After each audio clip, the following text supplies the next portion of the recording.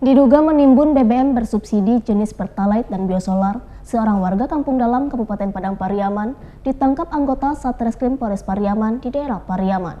Dari tangan tersangka, petugas berhasil mengamankan 4 dirijen biosolar, 11 dirijen Pertalite, dan 1 mobil pick-up yang digunakan tersangka untuk membawa BBM bersubsidi tersebut.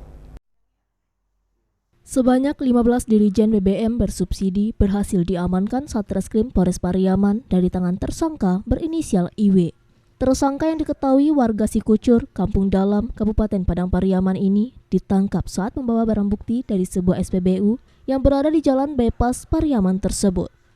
Selain 15 dirijen BBM bersubsidi, terdiri dari 4 dirijen biosolar dan 11 dirijen Pertalite, anggota Satreskrim Polres Pariaman juga mengamankan 1 unit mobil pick-up yang digunakan tersangka dalam membeli BBM tersebut.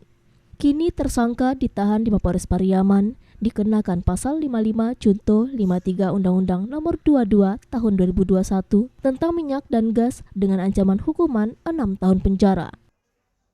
Ya, kami lakukan penangkapan sekitar pukul 02.00 WIB di Jalan Bypass Kota Pariaman dan berhasil mengamankan 15 jerigen terdiri dari 4 jerigen solar jenis biosolar dan 11 jerigen jenis Pertalite.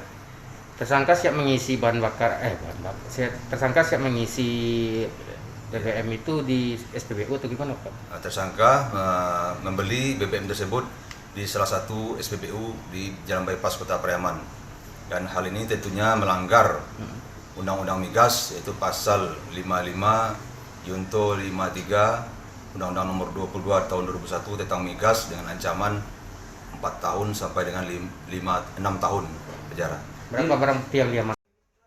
Dari Pariaman, Eka Gus Priyadi, iNews melaporkan.